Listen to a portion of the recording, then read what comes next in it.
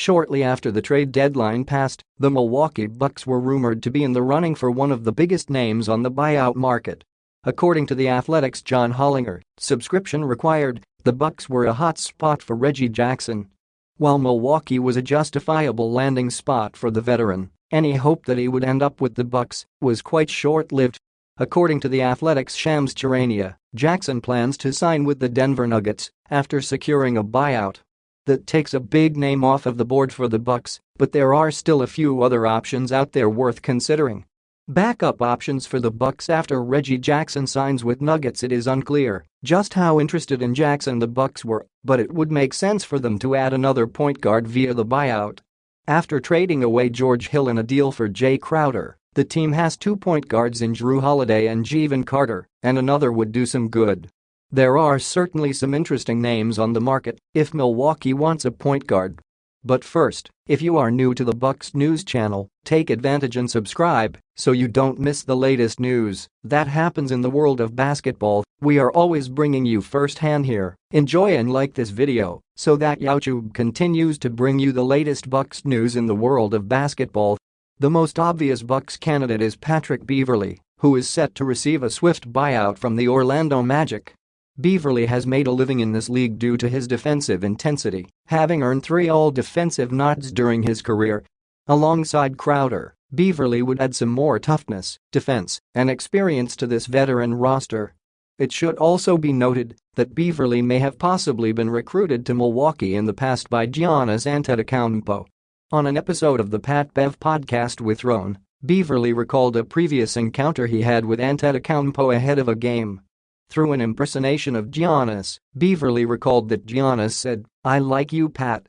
You want to win championship? I like you. You come to Milwaukee, Pat. I like you." Who knows if Antetokounmpo was simply playing around, but Beverley and the two-time MVP do have a great sense of respect for each other.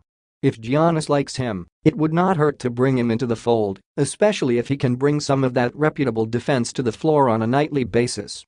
Beverley is the most understandable target for the Bucks for all of the reasons above, but the list will get somewhat controversial from there.